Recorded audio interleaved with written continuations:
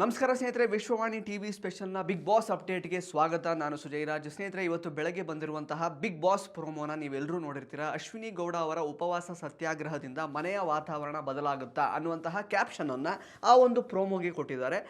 ಮನೆಯ ವಾತಾವರಣ ಬದಲಾಗುತ್ತೋ ಇಲ್ವೋ ನನಗಂತೂ ಗೊತ್ತಿಲ್ಲ, ಆದರೆ ಉಪವಾಸ ಮಾಡೋದ್ರಿಂದ ದೇಹದ ಫಂಕ್ಷನಿಂಗ್ ಬೆಟರ್ ಆಗುತ್ತೆ actually. So fasting is the natural way of burning your fact. ಅಂದರೆ ಬೇರೆ ಬೇರೆ ರೀತಿಯಲ್ಲಿ ಅದು ದೇಹಕ್ಕೆ ಒಳ್ಳೆಯದನ್ನೇ ಮಾಡುತ್ತೆ ಉಪವಾಸ ಮಾಡೋದ್ರಿಂದ.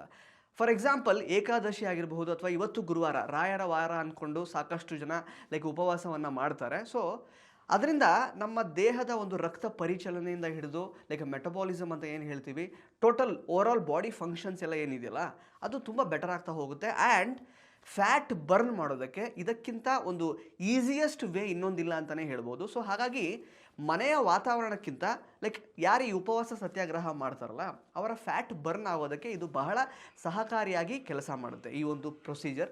ಸೊ ಇದಷ್ಟೇ ಬದಲಾವಣೆ ಆಗುವಂಥದ್ದು. ಆ್ಯಂಡ್ ಇನ್ನೊಂದು ವಿಚಾರ, ಅಶ್ವಿನಿ ಗೌಡ ಅವರು ಈಗಾಗಲೇ ನನಗಿರುವಂತಹ ಒಂದು ಎಕ್ಸ್ಪೀರಿಯನ್ಸಿಗೆ, ನನಗಾಗಿರುವಂತಹ ಒಂದು ಏಜ್ಗೆ ಯಾವನ ಹತ್ರನೋ ಮಾತು ಕೇಳಬೇಕಲ್ಲ ಅಂತ ಈಗ ಆ್ಯಕ್ಚುಲಿ ಈ ಒಂದು ಉಪವಾಸ ಸತ್ಯಾಗ್ರಹವನ್ನು ಮಾಡ್ತಾ ಇರುವಂಥದ್ದು.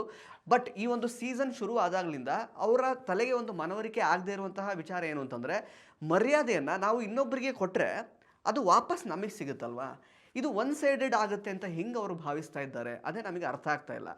ಸೊ ಗಿಲ್ಲಿ ಕೂಡ ಸಾಕಷ್ಟು ಬಾರಿ ಪೇಷನ್ಸಿಂದ ತಡ್ಕೊಂಡು ಅದನ್ನು ಕಾಮಿಡಿ ರೀತಿಯಲ್ಲಿ ಕನ್ವರ್ಟ್ ಮಾಡಿ, ಅಂದರೆ ಎಷ್ಟೇ ಹೀಗಳದು ಹೆಂಗೆಂಗೋ ಮಾತಾಡಿದ್ರು ಕೂಡ ಇಲ್ಲಿ ತನಕ ಗಿಲ್ಲಿಯವರು ಅದನ್ನು ಕಾಮಿಡಿ ಥರನೇ ತಗೊಂಡು ಅದನ್ನು ಕೌಂಟರ್ ಕೊಡ್ತಾಯಿದ್ರು. ಬಟ್ ನಿನ್ನೆ ತುಂಬ ಅತಿರೇಕಕ್ಕೆ ಹೋದಾಗಲೇ ಆ್ಯಕ್ಚುಲಿ ಅವರು ಕೂಡ ಏಕವಚನದಲ್ಲಿ ಮಾತಾಡಬೇಕಾದಂತಹ ಸಂದರ್ಭ ಎದುರಾಯಿತು. ನೀವು ಕರೆಕ್ಟಾಗಿ ಎಪಿಸೋಡ್ ನೋಡಿದರೆ ನಿಮಗೆ ಅರ್ಥ ಆಗಿರುತ್ತೆ.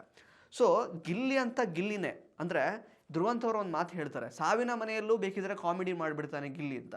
ಸೊ ಅಂಥವ್ರಿಗೆ ರೈಸ್ ಆಗಿದೆ, ಏಕವಚನದಲ್ಲಿ ಮಾತಾಡ್ತಾರೆ ಅಂತಂದರೆ ಅಶ್ವಿನಿ ಗೌಡ ಅವರು ಯಾವ ರೀತಿ ಟ್ರಿಗರ್ ಮಾಡಿರಬಹುದು ಅಂತ ಎಪಿಸೋಡ್ ನೋಡಿದವರಿಗೆ ಬಹಳ ಚೆನ್ನಾಗಿ ಗೊತ್ತಿರುತ್ತೆ. ಸೊ ಈಗ ಉಪವಾಸ ಮಾಡಿಕೊಂಡು ನನಗೇನೋ ಮರ್ಯಾದೆಗೆ ಧಕ್ಕೆ ಆಗೋಯ್ತು, ನನಗಿನ್ನೊಂದೇನೋ ಆಗೋಯ್ತು ಅಂತ ಅವರು ಸ್ವಲ್ಪ ಸೀನ್ ಕ್ರಿಯೇಟ್ ಮಾಡ್ತಾ ಇದ್ದಾರಲ್ಲ, ಬಹುಶಃ ಇದೊಂದು ವಿಮೆನ್ ಕಾರ್ಡ್ ಆಗಿ ಹೊರಗಡೆ ಪ್ರೊಜೆಕ್ಟ್ ಆಗುತ್ತೆ. ಇದರಿಂದ ನನ್ನನ್ನೆಲ್ಲ ಸೇವ್ ಮಾಡಿಬಿಡ್ತಾರೆ. ಡೈರೆಕ್ಟ್ ನಾಮಿನೇಷನ್ ಬೇರೆ ಆಗಿದ್ದಾರಲ್ವ ಅಶ್ವಿನಿ ಗೌಡ ಅವರು.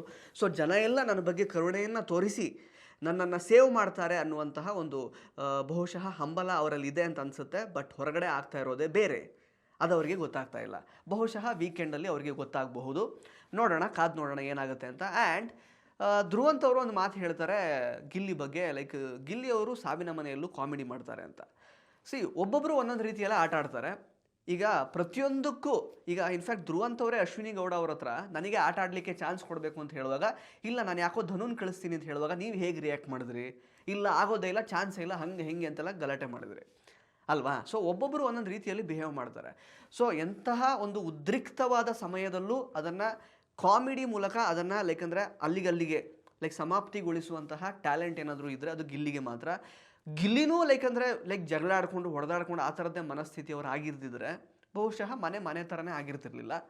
ಅದನ್ನು ತುಂಬ ಈಗ ಇನ್ಫ್ಯಾಕ್ಟ್ ಧ್ರುವಂತವ್ರಿಗೂ ಕೂಡ ಗಿಲ್ಲಿಯವರು ಸಾಕಷ್ಟು ಸಲ ಅಂದರೆ ಸುರಸುಂದರ ಅಂತ ಹಾಡು ಹೇಳೋದ್ರ ಮೂಲಕ ಅಂದರೆ ಅವ್ರಿಗೇನು ಚಾಳಿಸಿ ಅವರ ಕಾಲನ್ನು ಎಳೆದು ಮತ್ತೆ ಅವರನ್ನೇ ಅಂದರೆ ಲೈಟ್ ಮಾಡುವಂತಹ ಪ್ರಯತ್ನ ಮಾಡಿದ್ದಾರೆ. ಅಂದರೆ ಲೈಟರ್ ಮೂಮೆಂಟ್ಸ್ನ ಕ್ರಿಯೇಟ್ ಮಾಡುವಂತಹ ಕೆಲಸಗಳನ್ನು ಗಿಲ್ಲಿಯವರು ಸೀಸನ್ ಸ್ಟಾರ್ಟ್ ಆದಾಗಲಿಂದ ಮಾಡ್ತಾ ಬರ್ತಿದ್ದಾರೆ. ಇದೇ ಆ್ಯಕ್ಚುಲಿ ಅವರಿಗೆ ಅವರ ಆಟವನ್ನು ಜನ ಇಷ್ಟಪಡಲಿಕ್ಕೆ ಕಾರಣ ಆಗ್ತಾ ಇರೋವಂಥದ್ದು. ಬಹುಶಃ ಅದು ಅವರಿಗೆ ಗೊತ್ತಿರಲಿಕ್ಕಿಲ್ಲ. ಆ್ಯಂಡ್ ಈಗ ಇದೇನು ಉಪವಾಸ ಸತ್ಯಾಗ್ರಹ ಅಂತ ಹೇಳ್ತೀವಲ್ಲ, ಇದು ಜಸ್ಟ್ ರಂಪಾಟ ಅಷ್ಟೇ ಅಶ್ವಿನಿ ಗೌಡ ಅವ್ರದ್ದು. ಸೊ ಇದರಿಂದ ಯಾವುದೇ ಪ್ರಯೋಜನ ಇಲ್ಲ. ಆ್ಯಂಡ್ ಇನ್ನೊಂದು ವಿಷಯ, ರಘು ಅವರು ಬಹಳ ಎಷ್ಟು ತಾಳ್ಮೆಯಿಂದ ಆಟ ಆಡ್ತಾ ಇದ್ದಾರೆ ಅನ್ನೋಂಥದ್ದು ಇಡೀ ಕರ್ನಾಟಕಕ್ಕೆ ಗೊತ್ತು. ಸೊ ಅವ್ರಿಗೇನೆ ಕೋಪ ಬಂದಿದೆ, ಅವರು ಏಕವಚನದಲ್ಲಿ ಮಾತಾಡ್ತಾರೆ ಅಂತಂದರೆ ಅಶ್ವಿನಿ ಗೌಡ ಅವರ ಮನೆಯಲ್ಲಿ ಒಂದು ರೀತಿ ಅವರು ಯಾವ ರೀತಿ ಒಂದು ಕಂದಕವನ್ನು ಸೃಷ್ಟಿ ಮಾಡ್ತಿದ್ದಾರೆ, ಕಲಹಗಳನ್ನು ಸೃಷ್ಟಿ ಮಾಡ್ತಿದ್ದಾರೆ ಅನ್ನೋದನ್ನು ಬಿಡಿಸಿ ಹೇಳುವಂತಹ ಅಗತ್ಯವೇ ಇಲ್ಲ. ಸೊ ರಘು ಕೂಡ ಇನ್ಫ್ಯಾಕ್ಟ್ ಇವತ್ತು ಪ್ರೋಮೋದಲ್ಲಿ ನೋಡಿರೋ ಹಾಗೆ ಅವರು ಬಗ್ತಾ ಇಲ್ಲ, ಬಿಕಾಸ್ ಅಶ್ವಿನಿ ಗೌಡ ಅವರು ಬಗ್ಗಲ್ಲ. ನಿನ್ನೆ ನೀವು ಆ್ಯಕ್ಚುಲಿ ಎಪಿಸೋಡ್ ನೋಡಿದರೆ ಅಲ್ಲೇನೋ ಒಂದು ಅನೌನ್ಸ್ಮೆಂಟ್ ಮಾಡಬೇಕಾಗಿರುತ್ತೆ ಉಸ್ತುವಾರಿಗಳಿಬ್ಬರು ಕೂಡ, ಇವರು ಮಾಡ್ತಾ ಇಲ್ಲ, ಅವರು ಮಾಡ್ತಾ ಇಲ್ಲ. ಈಗ ಗಿಲ್ಲಿ ಅವರು ಹೇಳಬೇಕಾಗಿತ್ತು, ಅನೌನ್ಸ್ಮೆಂಟ್ ಮಾಡಬೇಕಾಗಿತ್ತು, ಬಟ್ ಅದಕ್ಕೆ ಇವರು ಬಿಡಲಿಲ್ಲ. ಅದಾದಮೇಲೆ ಹೋಗಲೋ ಬಾರಲೋ ಅಂತೆಲ್ಲ ಮಾತಾಡ್ತಾರೆ. ಅದಕ್ಕೆ ಯಾರು ಏನೂ ರಿಯಾಕ್ಟ್ ಮಾಡಬಾರ್ದಂತೆ. ಬಟ್ ಇವರಿಗೆ ವಾಪಸ್ ಏನಾದರೂ ಏಕವಚನದಲ್ಲಿ ಯಾರಾದರೂ ಮಾತಾಡಿದ್ರೆ ಅದಕ್ಕೆ ಅವರು ರಿಯಾಕ್ಟ್ ಮಾಡ್ತಾರೆ. ಅದು ಅವರಿಂದ ಬೇಜಾರಾಗುತ್ತೆ, ಅವರ ಮರ್ಯಾದೆಗೆ ಧಕ್ಕೆ ಆಗುತ್ತೆ. ಅಂದರೆ ಬೇರೆಯವರೆಲ್ಲ ಬಿಗ್ ಬಾಸ್ ಮನೆಯಲ್ಲಿ ಬೇರೆಯವ್ರು ಯಾರೆಲ್ಲ ಇದ್ದಾರಲ್ಲ ಅವರೆಲ್ಲ ಹಾಗಾದರೆ ಮರ್ಯಾದೆ ಎಲ್ಲ ಹೊರಗಡೆ ಇಟ್ಟು ಅಂದರೆ ವಾಪಸ್ ಬಿಗ್ ಬಾಸಿಂದ ಆಚೆ ಹೋಗುವಾಗ ತಗೊಂಡು ಹೋಗೋಣ ಅಂತ ಅಲ್ಲೇ ಬಿಟ್ಟು ಬಂದಿದ್ದಾರೆ ಬಾಗ್ಲ ಹತ್ರ. ಹಾಗಾದರೆ ಬೇರೆಯವ್ರಿಗೆ ಎಕ್ಸ್ಪೀರಿಯನ್ಸ್ ಇಲ್ಲ, ಬೇರೆಯವ್ರಿಗೆ ಅನುಭವ ಇಲ್ಲ, ಅಥವಾ ಬೇರೆಯವರಿಗೆ ಏಜೇ ಆಗಿಲ್ಲ. ಆಯಿತು, ನಿಮ್ಮಷ್ಟು ಏಜ್ ಯಾರಿಗೂ ಆಗಿಲ್ಲದೆ ಇರಬಹುದು. ಏಜ್ ಆದವರು ಅಂತ ಏನು ಅಂದರೆ ಏನು, ತುಂಬ ನೀವು ಮಾಗಿದ ಬಿಹೇವಿಯರನ್ನು ತೋರಿಸ್ಬೇಕಲ್ವ ಆ್ಯಕ್ಚುಲಿ. ಸೊ ಮಾಗಿದ ವರ್ತನೆಯನ್ನು ನೀವು ತೋರಿಸ್ದೇನೆ ಬೇರೆಯವರಿಂದ ನೀವು ಆ್ಯಕ್ಚುಲಿ ಒಂದು ಉದಾತ್ತವಾದಂತಹ ಒಂದು ಬಿಹೇವಿಯರ್ ಅಥವಾ ತುಂಬ ಮೆಚೂರ್ಡ್ ಆಗಿ ಬಿಹೇವ್ ಮಾಡಬೇಕು ಅಂತ ಹೇಗೆ ಎಕ್ಸ್ಪೆಕ್ಟ್ ಮಾಡ್ತೀರಾ ಅಲ್ವಾ? ಸೊ ಇನ್ನೊಂದು, ನೀವು ಹಿರಿಯರು, ಆ್ಯಕ್ಚುಲಿ ಅನುಭವ ಇರುವಂಥವ್ರು, ಈಗಾಗಲೇ ತಪ್ಪುಗಳನ್ನು ಮಾಡಿ ಕೂಡ ಸಾಕಷ್ಟು ಅನುಭವಗಳನ್ನು ಪಡ್ಕೊಂಡಿದ್ದೀರ. ಅಂದರೆ ಬಿಗ್ ಬಾಸ್ ರೂಲ್ಸ್ಗಳನ್ನು ಸಾಕಷ್ಟು ಬಾರಿ ಬ್ರೇಕ್ ಮಾಡಿ ಈ ಬಾರಿ ಡೈರೆಕ್ಟಾಗಿ ನಾಮಿನೇಟ್ ಮಾಡಿ ಸಾಕಷ್ಟು ಅನುಭವನ ಪಡ್ಕೊಂಡಿದ್ದೀರಾ. ಬಟ್ ಸ್ಟಿಲ್ ನಿನ್ನೆ ಎಪಿಸೋಡ್ ನೋಡಿದವ್ರಿಗೆ ಗೊತ್ತಿರುತ್ತೆ, ವಾಪಸ್ ಮತ್ತೆ ನೀವು ಪಿಸು ಧ್ವನಿಯಲ್ಲಿ ಮಾತನಾಡಿ ರೂಲನ್ನು ಬ್ರೇಕ್ ಮಾಡಿದ್ದೀರಾ. ಸೊ ನೀವು ಅನುಭವ ಪಡ್ಕೊಂಡ್ರೂ ತಪ್ಪು ಮಾಡ್ತಾ ಇದ್ದೀರಾ. ಬೇರೆಯವರೆಲ್ಲ ನಿಮ್ಗಿಂತ ಚಿಕ್ಕವರು, ಸೊ ಅವ್ರಿಗೆ ಯಾವ ರೀತಿ ಹಾಗಾದರೆ ನೀವು ಟ್ರೀಟ್ ಮಾಡಬೇಕಾಗತ್ತೆ ಅಲ್ವೇ?